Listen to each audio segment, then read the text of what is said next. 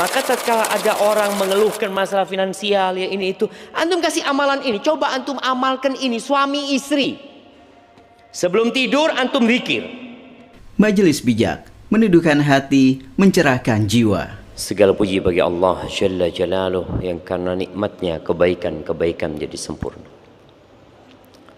Yang karena rahmatnya niat-niat baik hamba dapat terlaksana.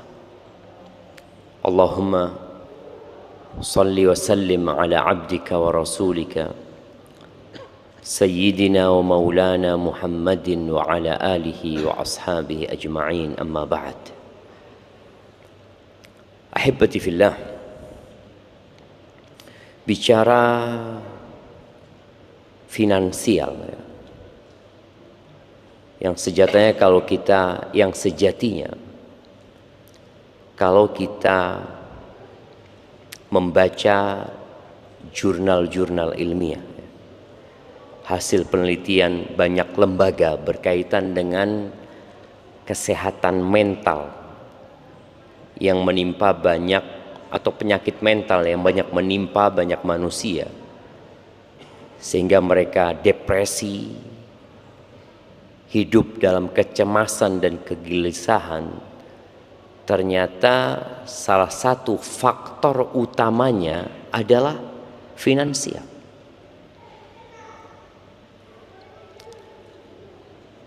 Bukan karena nggak punya uang, tapi karena tidak bisa memanage dan mengatur keuangan yang dimilikinya. Orang punya penghasilan 2 juta, tapi dia ingin seperti orang yang penghasilannya 10 juta. Apa yang dilakukan? Ngutang. Melihat kawannya ganti HP, wajar dia ganti HP. Dia punya penghasilan yang cukup untuk ganti HP tiap 2 bulan, anggap. Ini orang punya penghasilan, kalau dikumpulkan setahun nggak cukup untuk membeli HP tersebut sebenarnya. Makanya para ulama menyebutkan dalam urusan keuangan ini ada 2 hal yang dibutuhkan. Mereka menyebutkan liidaratil amwal, untuk mengatur keuangan itu butuh iradah wa dirayah. Dibutuhkan apa? Iradah wa dirayah.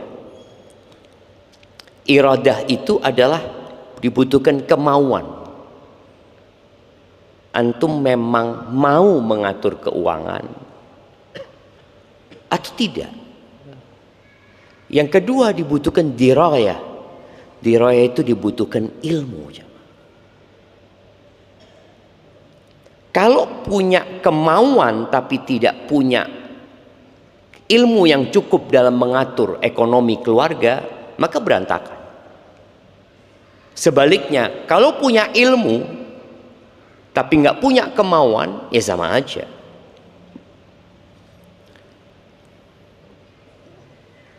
Itu 2 perkara yang perlu diperhatikan.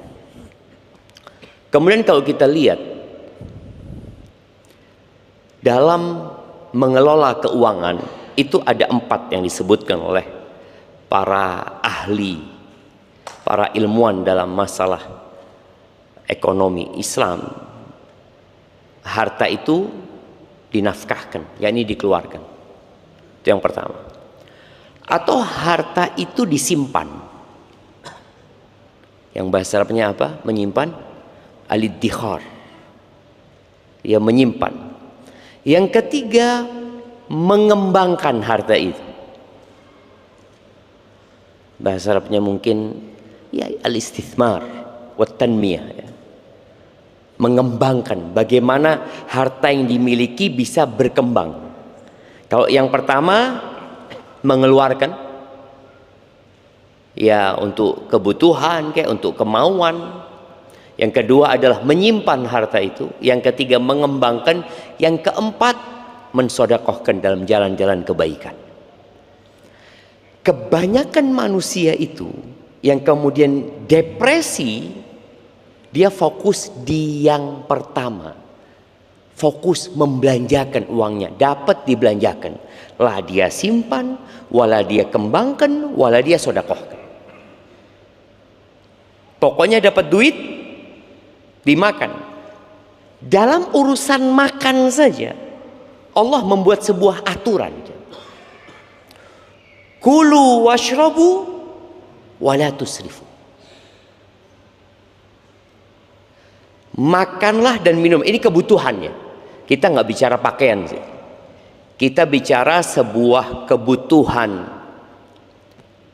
yang mau tidak mau manusia harus melakukannya, yaitu makan dan minum. Jadi kalau kita bicara kerja, cari duit buat apa sekarang? Buat makan lah. Makanya sampai ada istilah mencari sepiring nasi. Itu sebuah istilah paten sudah. Nggak ada ceritanya saya bekerja untuk dapat pakaian.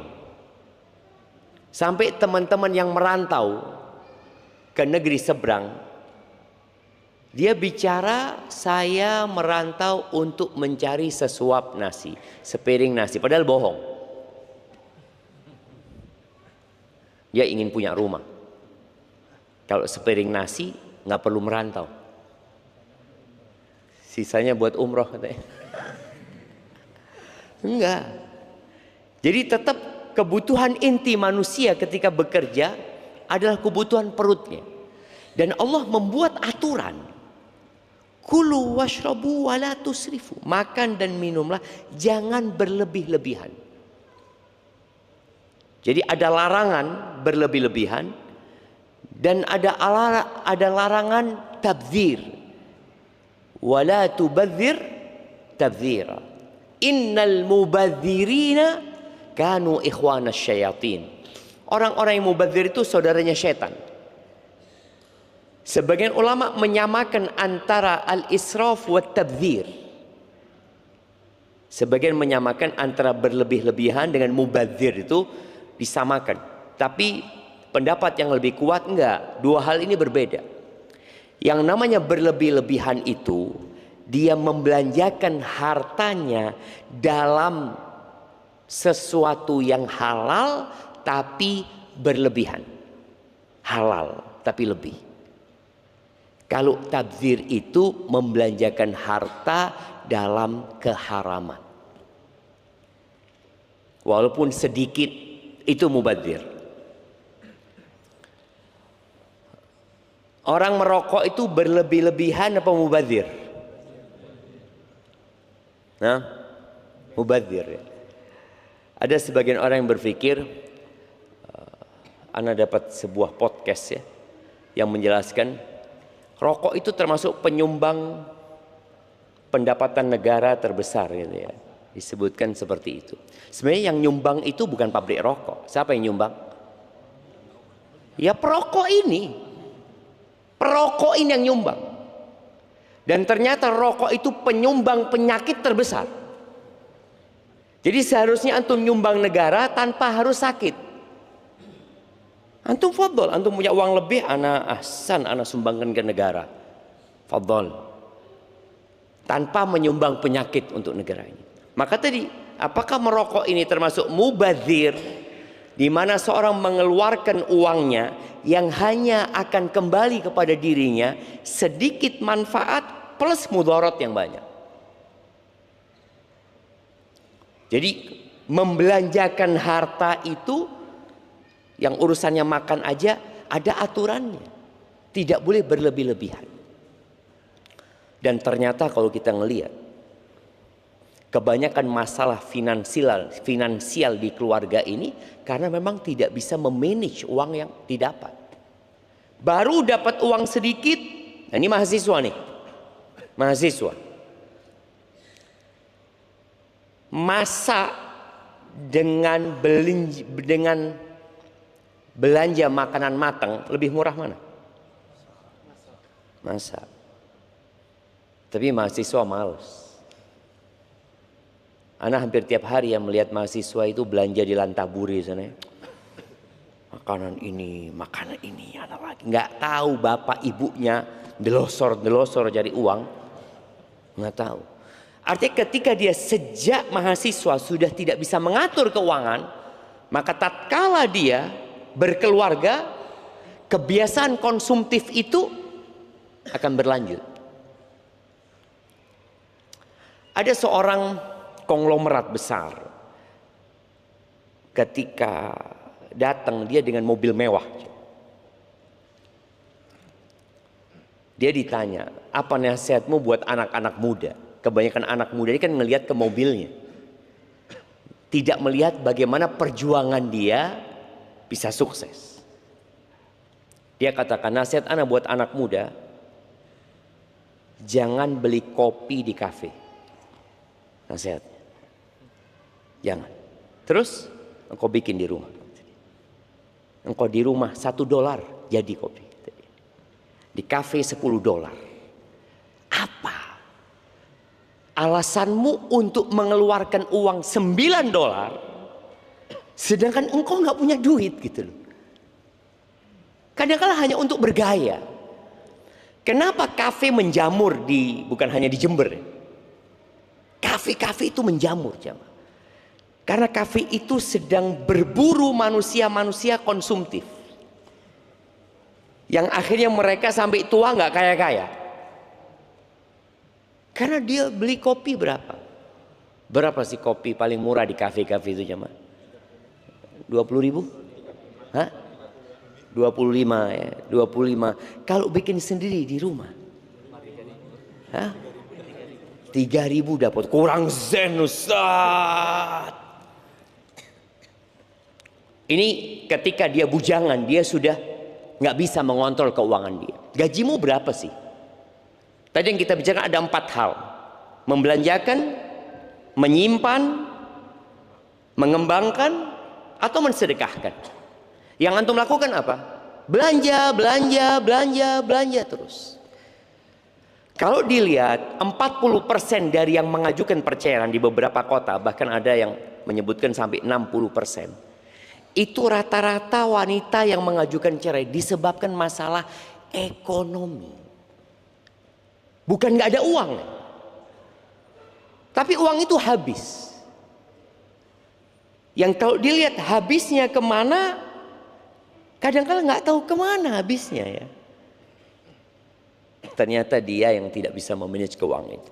Ahibati fillah, Rasul sallallahu alaihi wasallam di dalam sebuah hadis riwayatkan Abu Dawud dan Nasai, beliau itu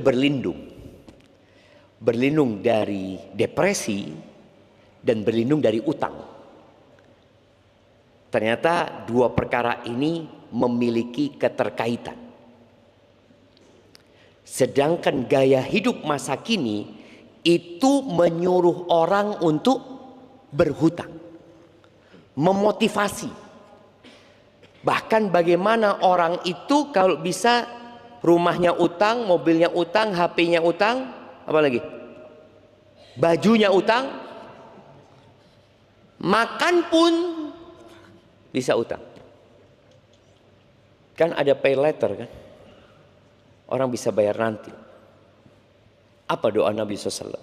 Allahumma inni a'udzubika minal hammi wal hazan. Beliau mengatakan, ya Allah, aku berlindung kepadamu dari kesedihan dan kegalauan.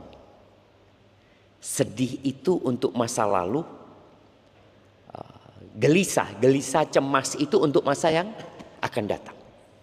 Yang kedua, wa a'udzubika minal ajzi wal kasal. Aku berlindung kepadamu dari kelemahan dan kemalasan.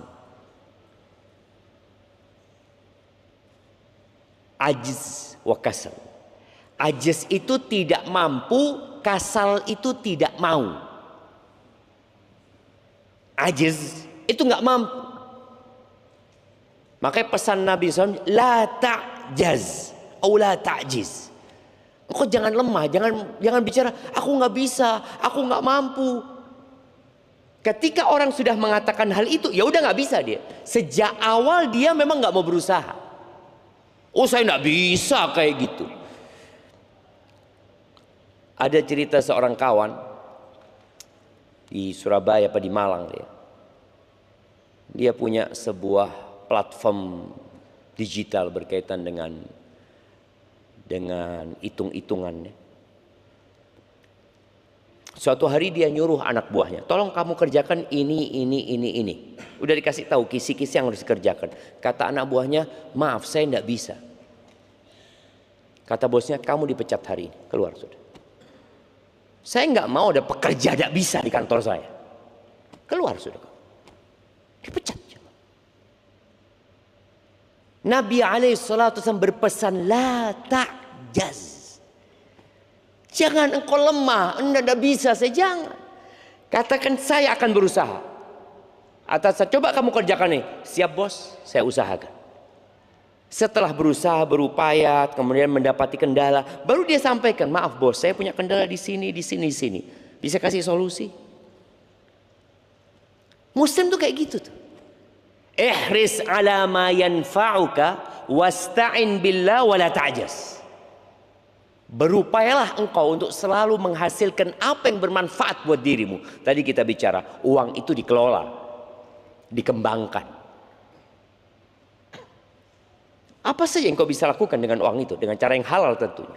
Wasta'in billah, minta tolong sama Allah. Kalau kita bersandar kepada diri kita nggak mampu. Apa sih kemampuan kita? La haula wala quwata illa billah. Nggak ada kemampuan kita, jemaah. Kita makhluk yang lemah. Wa khuliqal insanu dha'ifa. Tapi pesan Nabi, semangatlah, minta tolong sama Allah, jangan lemah. Ini pesan yang dalam sekali, jemaah. Maka Nabi berlindung dari kelemahan dan kemalasan. Kemudian wa a'udzubika minal jubni wal bukhl, dan aku berlindung kepadamu dari sifat pengecut dan dari kebakhilan. Maka tadi antum mulailah bersedekah. Ini mahasiswa, mulailah bersedekah.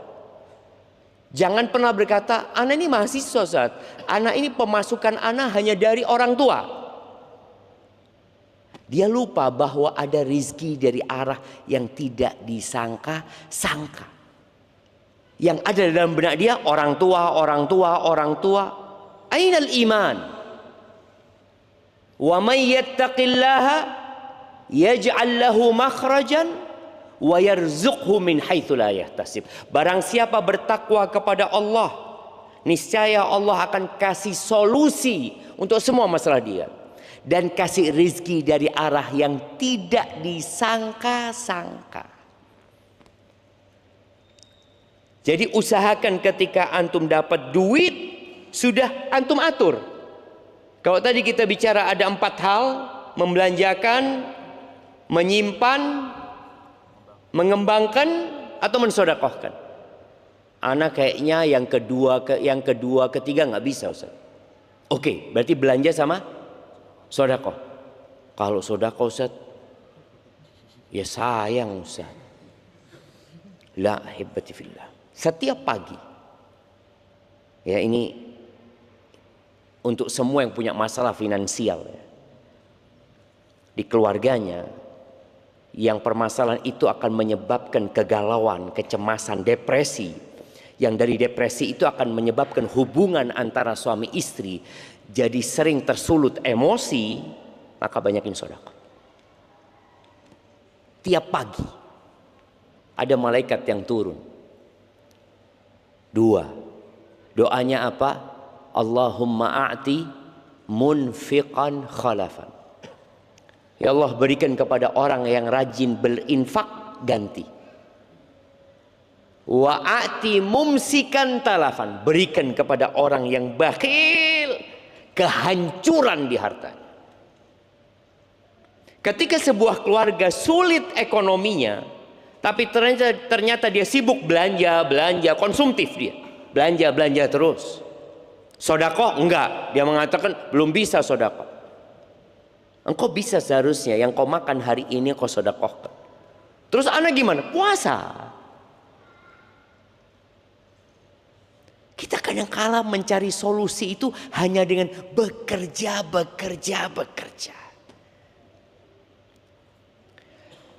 Jadi ingat, Nabi SAW berlindung dari kebakhilan. Karena kebakhilan ini juga orang yang bakhil biasanya akan depresi. Karena dia takut uangnya habis. Nanti bagaimana kalau uangnya habis padahal Allah janji akan kasih ganti. Kemudian yang terakhir, beliau berlindung dari min ghalabatid dain wa qahrir rijal. Dari terlilit hutang dan ditindas oleh debt collector. Ditindas oleh laki-laki. Beliau berlindung dari itu. Jadi memang masalah keuangan, masalah finansial itu masalah yang dahsyat sekali. Ada orang yang bunuh diri gara-gara masalah uang. Ada orang yang membunuh gara-gara uang. Ada orang-orang yang dibunuh gara-gara finansial. Dan ada orang-orang yang bercerai dan itu banyak karena masalah finansial. Jadi berlindunglah dari hutang.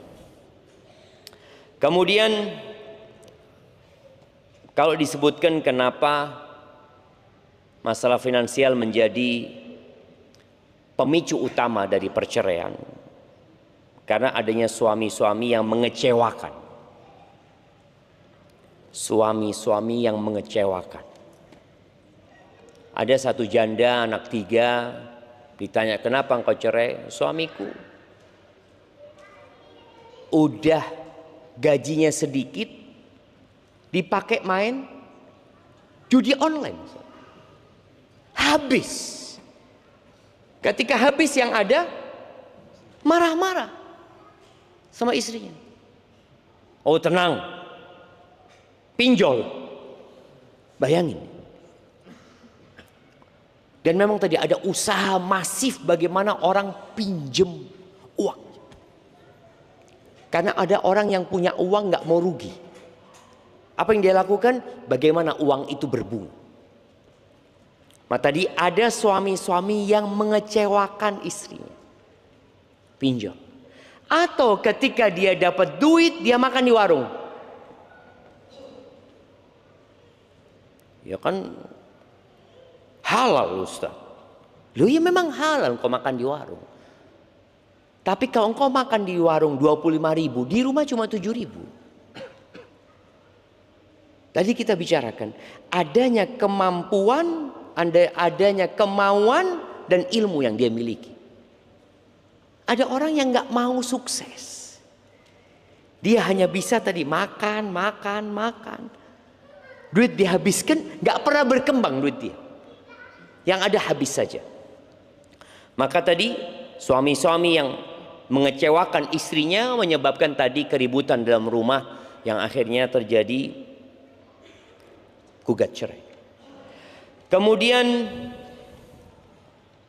perbedaan gaya hidup. Jadi ini juga masalah. Ada orang, anaknya orang kaya, kemudian nikah dengan orang miskin. Seharusnya kan anak orang kaya ini menyesuaikan. Atau yang miskin menyesuaikan dengan yang kaya? Hah? Kalau yang miskin menyesuaikan dengan yang kaya, dia nggak mampu. Yang ada tadi, dia akan terlilit hutang. Dan terakhir ditinggal juga sama istri. Maka antum yang menikah dengan anak orang kaya, antum harus fair. Antum jelaskan kepada mereka ketika antum melamar mau seperti itu, katakan mobil ini sewa. Antum katakan. Berani antum ngomong itu, sewa. Karena supaya nggak dikira, mobilnya Zenik, Insya Allah. Karena nggak tahu sewa dia. Ketika dia tidak menjelaskan itu, pihak keluarga perempuan menerima dengan bayangan akan hidup senang putrinya. Tapi ternyata sarapan telur ceplok. Wallah nikmat telur ceplok itu jemaah. Asalkan antum tidak memandang yang sarapannya sarang burung. Iya. Telur sama nasi itu anget-anget ya. Kasih kecap dikit sama bawang goreng. Aduh zen. Tapi kenapa jadi tidak zen? Karena antum memandang kepada yang sebelumnya. Ini anaknya orang kaya, telur sama ceplok. Dia apa? Anak biasa sarapan itu, masa sarapan steak ya? Nggak, makan malam lah steak ya. Apa sarapan yang mahal-mahal itu ya mah? Nggak tahu lah, mungkin yang mahal-mahal ada. Anak biasanya salmon setengah mateng. Oh, di sini iwak water ya mas. Tapi tadi gaya hidup yang berbeda. Makanya kenapa menikah itu harus kufu ya, supaya tidak terjadi keributan, supaya pasangan hidup antum menerima anak seperti ini gitu. Sehingga ketika istri antum masuk, ini rumah kontrakan, bukan rumah anak. Oke siap. Dan kamar mandinya nggak ada di sini, numpang di masjid. Umpamanya, lo antum bayangin ya, orang dulu itu rumahnya nggak ada kamar mandinya ya. Lo iya, ana masih ingat di pondok itu, waktu mondok di Bondoso itu pagi biasanya kita lari ya, setelah lari berenangnya di sungai. Kadangkala kita lari di pematang sawah, itu sering kaki ini terjebak dalam kotoran manusia. Iya, ada orang-orang nggak ada toiletnya. Mungkin di sungai itu ada, seperti itu ada di masyarakat. Makanya ketika orang dari awal sudah mau menerima ini kondisiku, maka ini berdampak. Ini juga masalah atau akar permasalahannya ketika seorang memilih pasangan lupa dengan agamanya. Antum nikah sama anak orang kaya, kalau dia qanaah zen, nggak ada urusan. Antum ketika sampaikan kepada dia, ana nggak punya rumah, ana ngontrak rumah. Terus ya, ana gaji UMR. Berapa UMR Jember? 2,4. Iya, 24 deh. Hah? 24.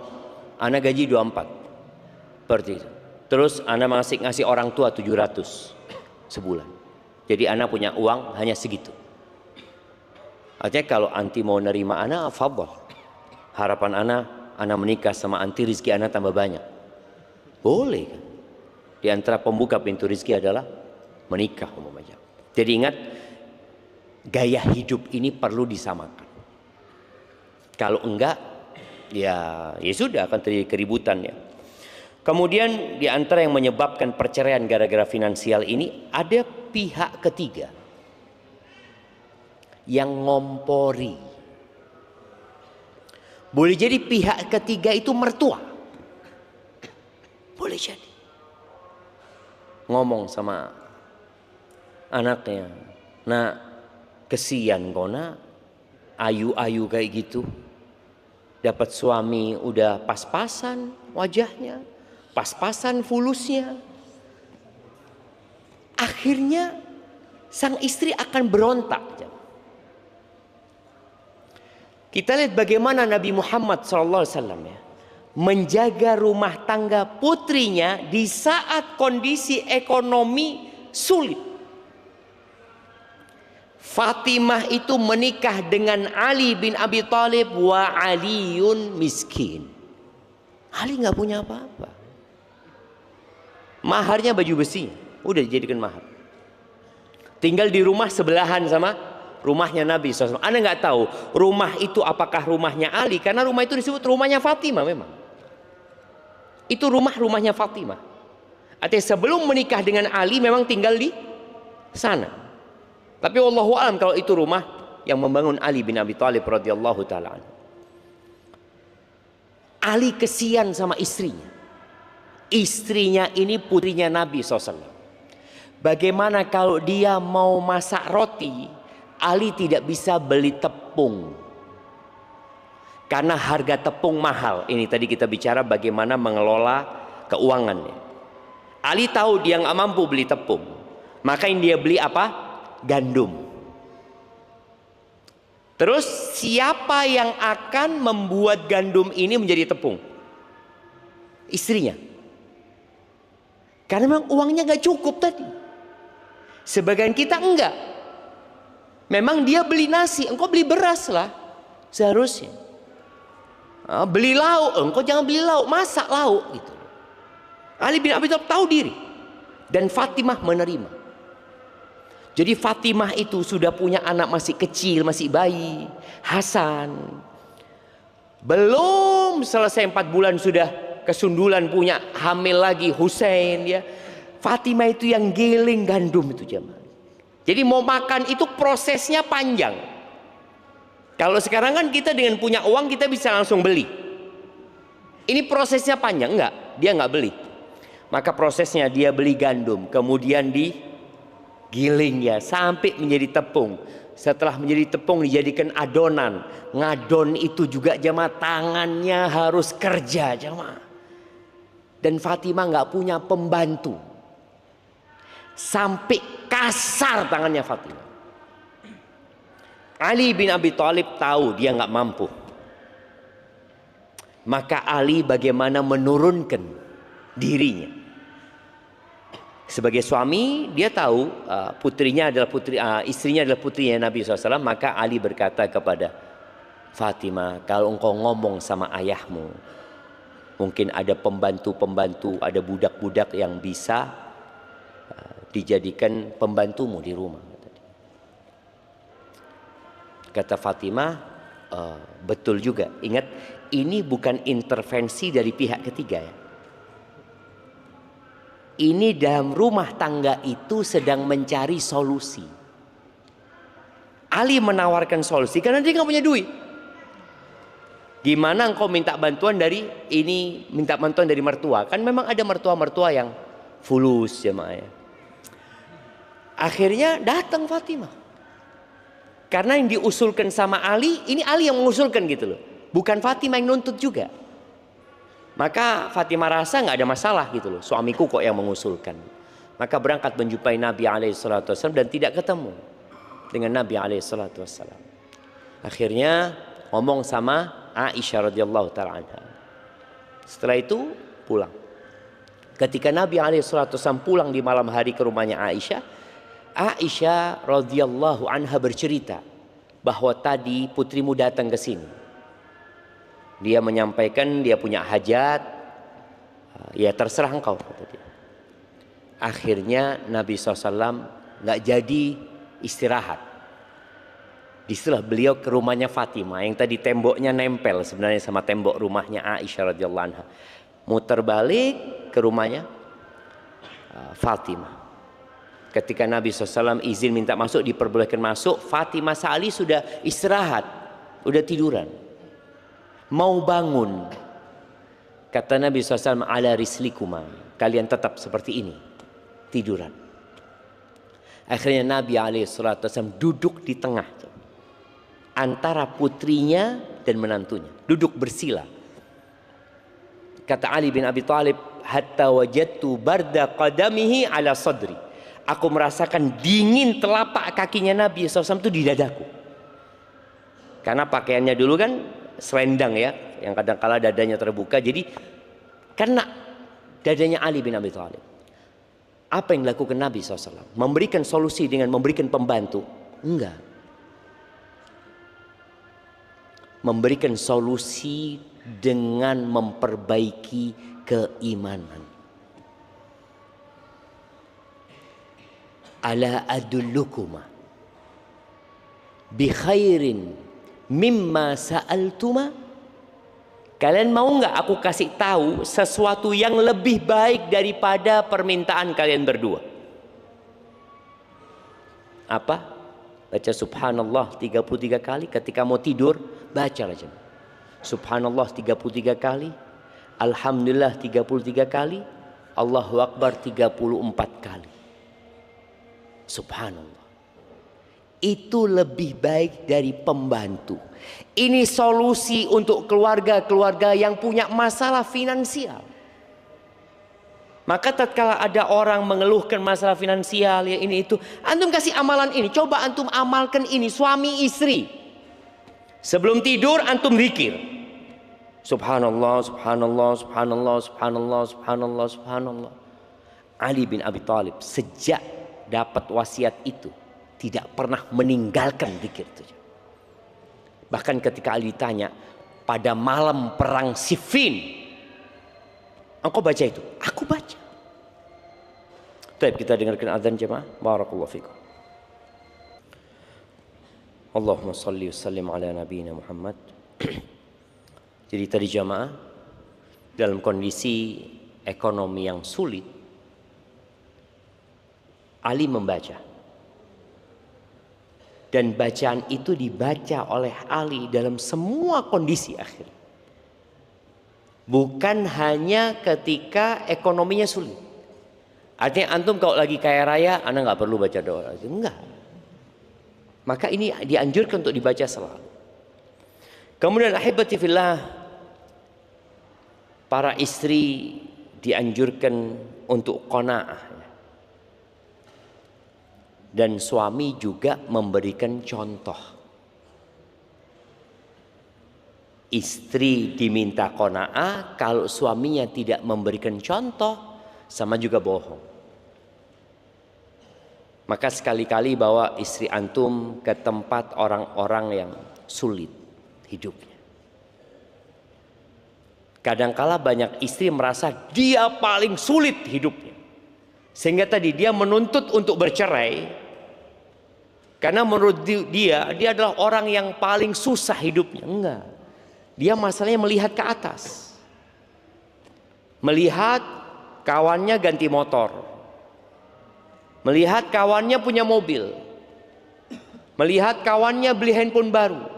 Sehingga dia merasa, ya Allah, sulit hidupku. Enggak, ajak. Ajak ke orang-orang yang rumahnya seperti kandang ayam. Ada aja. Ajak ke rumah orang-orang yang masih tanah lantainya. Dan di kamar itu semuanya. Dapurnya di situ. Kasurnya di situ. Sudah tua renta juga dia. Supaya dia bisa mensyukuri nikmat yang Allah berikan. Tapi kalau kumpulannya orang kaya dan kerjanya buka marketplace, walaupun nggak beli, ya nggak akan qanaah.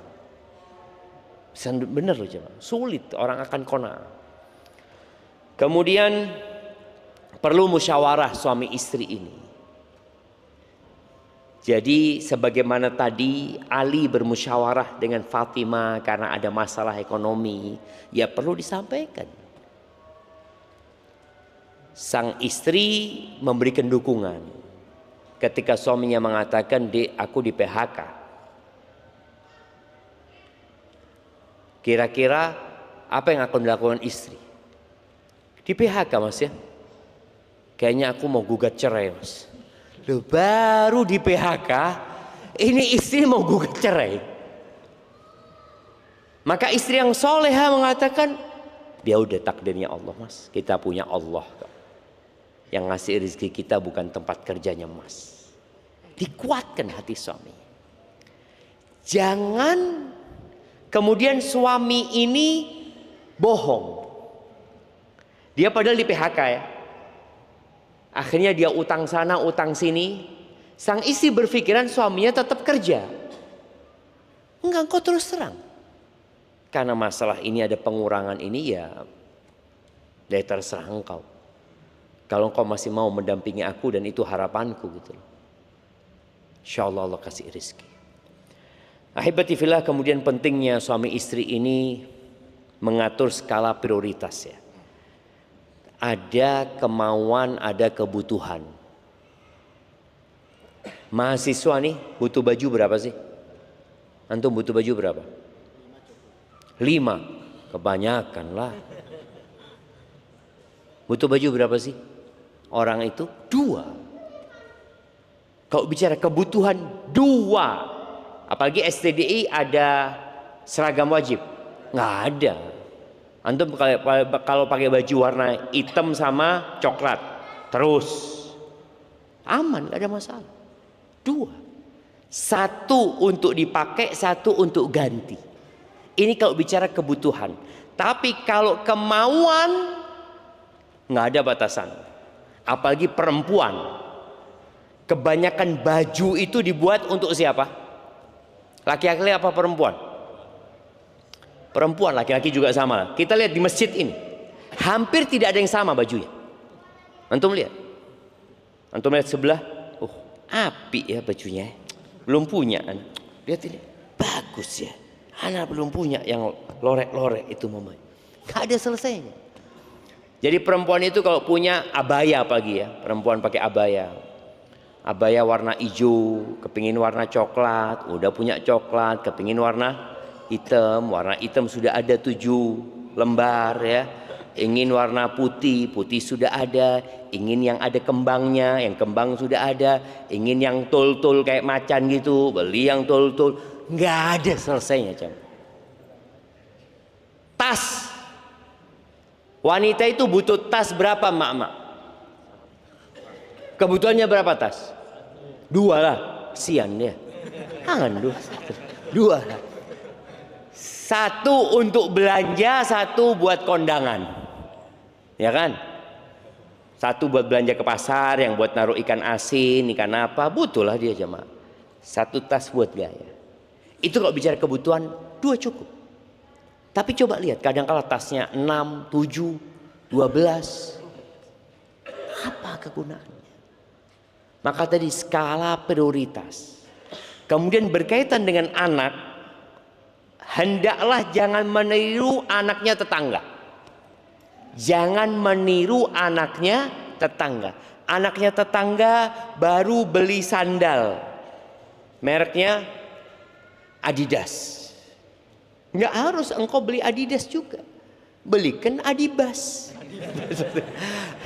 Ya artinya sesuai dengan kemampuan gitu loh. Jangan maksa aja. Kan orang kadang kala, kesian anakku kalah sama anaknya tetangga. Jangan.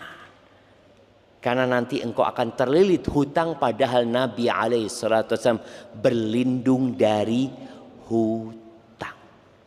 Jangan berhutang kecuali kondisi darurat. Sebagian orang berpikir utang itu pemasukan. Alhamdulillah saya punya pemasukan baru. Apa? Utang. Tidak ada jemaah. Utang itu bukan pemasukan. Utang itu sebuah kecemasan. Orang bawa motor baru datang, baru motor antum, iya balak motor ini, balak dia ngomong, iya hanya mengikuti kemauan, padahal motor dia masih bisa dipakai. Kemudian yang terakhir jamaah, doa, tawakal dan doa. Sudah kondisi antum memang seperti itu, Allah kan memang bagi-bagi rizki nggak sama. Tapi kalau orang itu dikasih sehat sama Allah, dikasih aman sama Allah, indahu qutu yaumihi, dia punya yang dia makan hari itu, makanan hari itu saja. Apa kata Nabi SAW? Faka'annama hizat lahud dunya bihadafiri. Seakan-akan dunia dan isinya diantarkan ke rumah dia. Asalkan dia beriman tadi. Maka banyak-banyak berdoa. Serahkan semua kepada Allah SWT. Jangan berlebih-lebihan, jangan mubadzir, jangan utang kecuali memang kebutuhan mendesak. Dan ketika berhutang niatkan untuk membayar. Kemudian setelah itu jangan melihat ke atas, lihatlah kepada yang di bawah. Dan ketika engkau memang gak ada yang bisa dimakan, ya puasa sunnah. Nabi SAW kadang-kala ke rumah istrinya tanya, ada yang bisa dimakan? Nggak ada. Apa kata Nabi SAW? Idzan ana shaim. Kalau gitu hari ini aku puasa. Selesai. Nggak ada masalah. Loh, nanti berbuka apa? Loh, kalau umurku sampai berbuka, insya Allah ada rezeki. Itulah imannya. Tidak panik, tidak cemas, tidak bingung. alal aqili an la yaghtam. Orang yang berakal sehat itu nggak boleh dia cemas, nggak boleh dia gundah gulana. Kenapa? Fa innal ghamma la yanfa. Kecemasan itu nggak ada gunanya. Kecuali antum galau cemas, tahu-tahu fulus datang, alhamdulillah, ya silahkan cemas terus antum, nggak ada masalah. Itu mungkin dapat anda sampaikan. Semoga masalah ekonomi ini tidak menjadi masalah perceraian lagi. Masalah finansial ini tidak menjadi penyebab kecemasan. Karena orang kalau sudah punya iman, semuanya selesai. Allah akan selesaikan. Barakallahu fikum. Nah,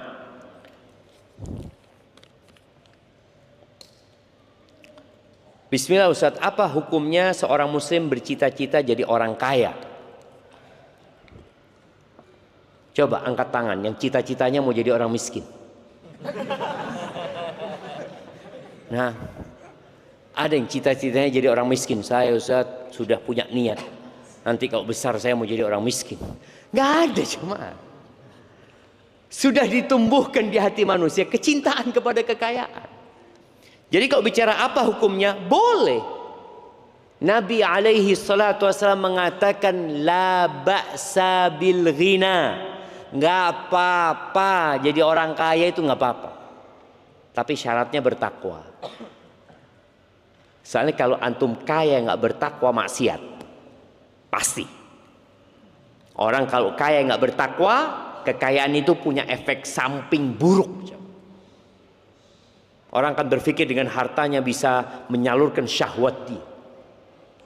Maka nggak apa-apa kekayaan itu asalkan bertakwa. Walakinna sihhata khairun minal ghina liman ittaqa. Tapi kata Nabi SAW, kesehatan itu lebih baik daripada kekayaan. Jadi kalau mau cita-cita itu, cita-citalah jadi orang sehat yang bertakwa dan kaya. Apa gunanya antum kaya tapi tidak sehat? Saya ini Zat, pada waktu sehat tidak sukses, ketika sukses sakit-sakitan. Kalau dikasih pilihan antum, punya kekayaan 1 triliun tapi stroke, dengan tidak punya apa-apa tapi sehat. Yang ketiga, saya nggak ada jemaah. Kita itu maunya kita, tapi takdirnya Allah nggak kayak gitu. Makanya kadang-kadang kita ngelihat ya tukang becak, sehat ya tukang becak. Yang naik Mercy sudah pakai tongkat. Yang tukang becak sehat. Mau nggak tukang Mercy itu ditukar sama kesehatannya tukang becak ini? Mau nggak jemaah? Mau jemaah. Mau.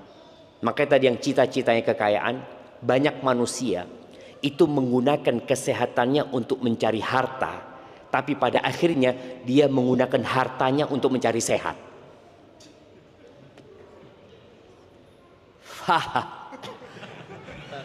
Jadi ketika sehat cari harta, ya sudah banyak hartanya cari sehat.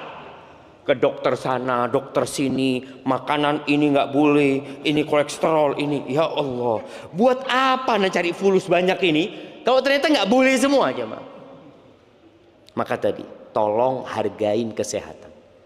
Nikmat sehat itu syukuri. Jangan diforsir tubuh kita untuk mencari harta, lupa bahwa nikmat sehat itu jauh lebih dahsyat daripada harta. Kalau antum dapat uang, alhamdulillah ya Allah, alhamdulillah. Kalau sehat, biasa aja. Yang tiap hari sehat lah. Jadi itu aja.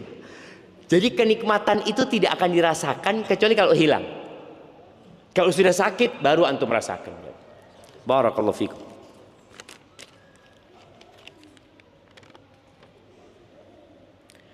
Ustaz, bagaimana dengan semua suami, yang semua uangnya dikasihkan ke istri, lalu si suami tidak pegang uang sama sekali, kalau pengen beli-beli selalu minta istri? Apakah aku istri yang tidak perhatian soal finansial suami, apakah, tunggu jemaah, kok nggak paham ini? Apakah aku istri yang tidak perhatian soal finansial suami? Apa gitu? Coba apa ini? Nah,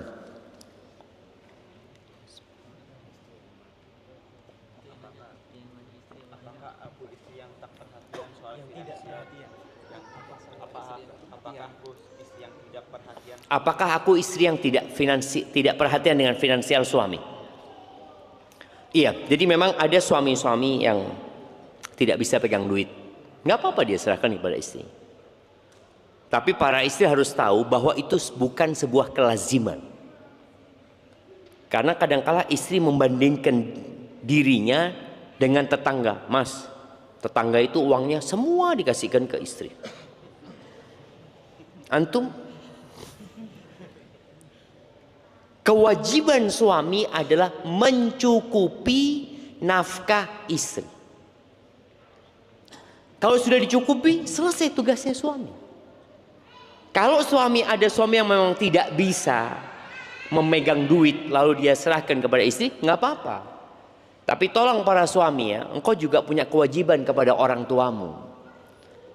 Jadi kalau sampai engkau ngasih orang tua, istri harus tahu. Alhamdulillah kalau istrimu nerima. Tapi kalau istrimu nggak nerima, dia ngomong ibu lagi. Padahal seharusnya kasih ibumu tanpa istri tahu. Kasih ibumu tanpa istri tahu. Ada seorang istri yang na'udzubillah ya, suaminya ini beli sesuatu jam, barang yang disukai suaminya, nggak ngomong sama istri, itu sama istrinya mau dibunuh suaminya. Diambilkan gunting jam. Kenapa engkau beli tanpa musyawarah sama aku? Siapa yang kepala rumah tangga? Ini yang harus difahami. Memang ada wanita-wanita tadi yang terpengaruh, terpapar feminisme ya, yang kemudian dia merasa dia sama suaminya. Enggak, pemimpin itu tetap suami. Kalau suamimu tidak memberikan hakmu, kemudian dia foya-foya, lain lagi ceritanya. Engkau boleh menuntut yang seperti itu. Jadi tadi kalau memang sang suami menitipkan uangnya, nggak apa-apa kalau itu kemauan suami. Tapi tolong jangan sampai kemudian lupa dengan kewajiban-kewajiban dia kepada orang tua, kepada orang lain. Mungkin adiknya ada yang butuh bantuan ya. Barakallahu fikum. Saya mau bertanya tentang mahasiswa yang berperilaku konsumtif. Saya memiliki teman di dalam seminggu bisa habis jajan dan lain-lain hingga 500.000. Dia masih meminta uang dari orang tuanya. Pertanyaan saya, apa hukumnya saat dia berperilaku konsumtif? Namun bisa bertanggung jawab mencari uang kembali saat uang yang diberi orang tuanya telah habis. Dia mampu mencari uang kembali. Mencari uang kembali apa minta sama orang tuanya? Pinjam. Taibah. Jadi kalau bicara konsumtif tadi udah dibicarakan. Aturannya kulu washrabu wala tusrifu. Makan dan minumlah jangan berlebih-lebihan. Ingat, berlebih-lebihan itu tergantung pemasukan. Jadi nggak sama. Anak ingat seorang yang berbuka sama kita di Masjid Nabawi, tahu-tahu keluar dari masjid jamnya hilang. Ramadan itu. Anak masih mahasiswa waktu itu. Kita tanya, harga berapa jamnya? Enggak lah, murah lah Ustaz, kata dia. Berapa bang? 200 juta. Murah dia ngomong. Dia punya pelabuhan di Balikpapan. Kalimantan situ. Sehari penghasilannya 500 juta. Berarti 200 juta? Nggak sampai setengah hari. Apakah dikatakan dia berlebih-lebihan? Enggak. Loh, dia memang penghasilannya banyak. Jadi berlebih-lebihan itu tergantung dengan penghasilannya antum. Umpamanya tadi ada orang kaya beli mobil Mercy umpamanya, wajar lah. Dia punya uang ya. Ada orang nggak punya tapi maksa. Akhirnya dia hutang sana, hutang sini. Ini berlebih-lebihan akhirnya. Bicara umroh sekarang ini, banyak menawarkan umroh dengan hutang. Boleh aja. Tapi ingat dengan sabda Nabi SAW. La tukhifu anfusakum ba'da amniha. Jangan kalian meneror diri kalian sendiri setelah Allah kasih keamanan kepada kalian. Para sahabat bertanya, kaifa ya Rasulullah? Gimana kita meneror diri kita sendiri? Biddain. Dengan utang. Walaupun buat umroh, walaupun buat haji, utang tetap utang. Tapi sekarang travel ini namanya travel itu cari fulus ya Maya. Ya fadol. Cuma kita yang harus jadi orang yang tadi yang cerdas. Ketika engkau nggak mampu jangan, engkau nggak wajib gitu coba. Nggak wajib. Maka tadi kalau dia dikatakan dia konsumtif tadi, apakah dia termasuk berlebih-lebihan? Boleh jadi. Maka jangan. Ada anak-anak yang akalnya tidak jangkep ya. Maka Allah Azza wa Jalla mengatakan wala tu'tus sufaha amwalakum allati ja'alallahu lakum qiyaman. Harta itu tonggak kehidupan. Kalian jangan berikan kepada anak-anak yang bodoh tadi, yang nggak tahu bahwasanya nyari uang ini gampang apa sulit ya, Ma? Nah, cari uang, dia kan berkata kan, cari uang lagi. Iya, tapi cari uang lagi ruwet gitu. Maka dia akhirnya masuk berlebih-lebihan. Walaupun dia halal tapi berlebih-lebihan nantinya gitu. Seperti itu. Apakah hukumnya tentang anak yang tidak mematuhi perkataan orang tuanya karena kesihan? Contoh, orang tua lebih mengasih uang saku dan menyuruh untuk tidak menabung dan berhemat. Namun anaknya tidak menuruti karena tidak ingin berperilaku konsumtif dan belajar untuk menahan nafsu sesaat. Apakah dosa jika begitu? Enggak dosa. Orang tuanya itu takut ya. Yang dikhawatirkan orang tua ini, antum ngirit akhirnya nggak makan sampai kurus pulang itu. Ya itu yang dikhawatirkan orang tua sebenarnya. Jadi itu insya Allah orang tua ingin antum makan sehat ya. Antum tinggal tadi, anak makan sehat tapi anak masak. Orang tua ngomong, nggak usah masak nak, fokus belajar, nggak usah mikir, beli saja. Kalau memang dia fokus belajar nggak apa-apa. Ini enggak, sore main bola, malam nongkrong. Berarti dia nggak fokus belajar. Lebih baik kau masak daripada kemudian engkau beli di luar tapi engkau nggak fokus belajar. Ustadz, mohon nasihatnya untuk seorang ibu yang berjuang mendampingi pendidikan anak-anaknya dikarenakan suami lebih sibuk di luar.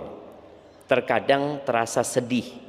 Namun jika tidak ada yang mengalah mendampingi anak-anak, maka kasihan waktu emas untuk pendidikan tidak maksimal. Adakah kisah ulama salaf yang mendidik 100% ibunya? Karena anak kami laki-laki sehingga harus sering dipantau saat di luar rumah. Usianya yang masih kecil SD sehingga harus sering diantar untuk ke masjid dan belajar di masjid. Karena jika belajar di rumah anaknya kurang semangat. Mohon nasihatnya agar istiqomah Ustaz. Barakallahu fikum. Iya. Ini contoh istri yang soleh aja. Dia tidak menyalahkan suami, tapi dia berusaha untuk mencari solusi untuk permasalahannya. Ada wanita-wanita yang hidupnya dihabiskan untuk mengeluh. Mengeluh, suamiku kayak gini, ini bapaknya anak-anak ini, itu, ini jarang pulang bapaknya merantau. Mengeluh. Apakah mengeluh menyelesaikan masalah? Enggak, hanya akan menjadi beban baru buat dia. Si ibu ini enggak. Ya sudah. Ketika suaminya tidak bisa maksimal, dia maksimalkan. Dan kalau kepingin tahu, ini kan kepingin cerita dari salafus saleh, ketahuilah ya, sahabat-sahabat Nabi itu kadangkala mereka kalau perang sampai 6 bulan ya. Sang anak nggak ketemu sama bapak, walau ngelihat bapak. Seperti yang kemarin kita ceritakan, Umar bin Khattab awalnya lebih dari 6 bulan. Setelah itu setiap 6 bulan suruh 4 atau 6 bulan suruh balik. Ini menunjukkan bahwa anak-anak itu jarang ketemu sama bapaknya. Tapi ketika sang ibu dipersiapkan, ya anak-anak akan jadi anak-anak yang soleh. Imam Syafi'i mati bapaknya ketika beliau masih bayi. Imam Bukhari sama, nggak ada bapaknya, dididik sama emaknya. Sufyan Ats-Tsauri emaknya juga. Antum kalau ngelihat bagaimana peran ibu, karena ibu itu madrasah. Apa gunanya bapak ada di rumah? Apa gunanya? Kalau di rumah cuma pegang HP bapak. Lebih baik bapak silahkan kerja cari fulus yang banyak, daripada ada di rumah cuma main HP. Iya. Maka tadi seorang ibu yang soleha, engkau nggak sendirian. Tapi masalahnya banyak wanita suka membandingkan. Ya Allah, enaknya ya suaminya tetangga ini tiap hari ada di rumah, gitu kan? Ternyata dia di PHK ya, tiap hari ada di rumah, nggak tahu dia. Dia cuma ngeliat, masya Allah nggak kemana-mana dari pagi sampai sore. Cuma orang kan nggak tahu gitu loh jemaah. Ingat dengan kisah seorang orang kaya raya, yang namanya orang kaya itu sibuk kadang-kadang macam rapat ini, meeting lagi itu, kadang-kadang ketemu sama keluarga sebentar, liburan. Akhirnya istrinya ngomong, bang, tuh lihat bang, suaminya tetangga bang, ya Allah selalu ada di rumahnya bang. Tetangga yang mana? Itu yang depan rumah, kata dia. Oke siap, kata dia. Ditelepon sama suaminya, tetangganya, dipanggil ke kantornya, dikasih pekerjaan untuk kirim sana kirim sini, nggak pernah pulang jemaah. Akhirnya tanyalah suami, gimana suaminya tetangga? Kata dia, nggak tahu bang, jarang pulang sekarang. Ternyata suaminya yang mempekerjakan dia itu di rumah karena nggak ada kerjaan tadi. Kalau ditawari kerjaan fulus ya mau dia. Siapa yang nggak mau sama fulus ya bang? Maka tadi jangan suka membandingkan suamimu dengan suami. Ya udah. Dan Allah memberikan ujian kepada setiap manusia sesuai dengan kemampuan. Kalau ada wanita-wanita yang suaminya selalu ada, berarti memang dia butuh sama suami untuk membesarkan anak-anak. Tapi kalau ada wanita-wanita yang ditinggal suaminya, dia tetap bisa bekerja, mendidik anak-anaknya, memang dia kemampuannya itu. Tapi pertanyaan terakhir jemaah, waduh panjang sekali pertanyaan terakhir. Ana menikah sekitar hampir 5 tahun, janda dan duda. Tapi kami berjauhan, beda kabupaten. Suami tinggal bersama ibu dan adiknya dengan alasan bakti kepada orang tua. Awal pernikahan sudah perjanjian suami mau ikut tinggal bersama Ana, karena Ana bekerja untuk biaya anak-anak. Suami belum bisa memberikan nafkah yang layak di bawah UMK Jember. Di sisi lain ada masalah. Suami selain belum bisa memberi nafkah layak, juga tidak memberikan nafkah batin. Ditambah masalah dengan adanya namimah dari mak comblang kami yang seorang janda. Si janda mengadu domba Ana dengan suami, sehingga suami kurang peduli kepada Ana, baik nafkah lahir maupun batin. Bagaimana menyikapi hal ini Ustaz? Jazakallahu khairan. Barakallahu fiikum. Bagaimana jemaah? Ya Allah ya Rabbi, itu masalah orang macam-macam jemaah. Iya.